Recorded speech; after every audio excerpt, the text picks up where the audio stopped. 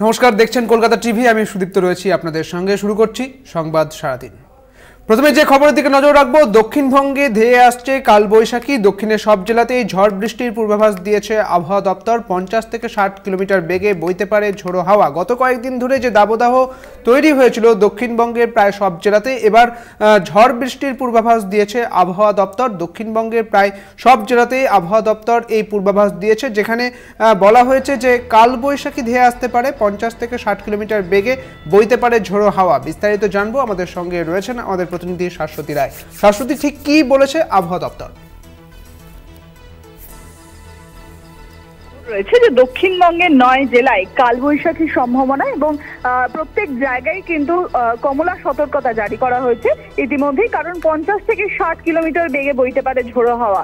এর পাশাপাশি উত্তরবঙ্গের প্রত্যেকটি জেলাতেও ঝড় বৃষ্টির পূর্বাভাস রয়েছে এবং সেখানেও কিন্তু ঝোড়ো হাওয়ার দাপট থাকবে।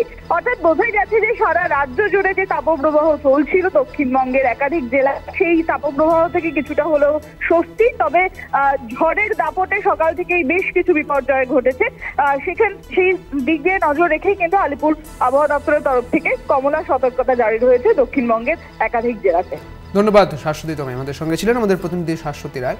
আপনাদের জানিয়ে রাখি, দক্ষিণবঙ্গে ধেয়ে আসছে কালবৈশাখী এবং যে দীর্ঘ সময় ধরে যে দাবদাহ চলছিল সেখান থেকে কিছুটা হলেও স্বস্তি। তবে এই যে কালবৈশাখী, তা 50 থেকে 60 কিলোমিটার বেগে বইতে পারে ঝোড়ো হাওয়া, এমনটাই সতর্ক করে কমলা সতর্কতা জারি করেছে আবহাওয়া দপ্তর।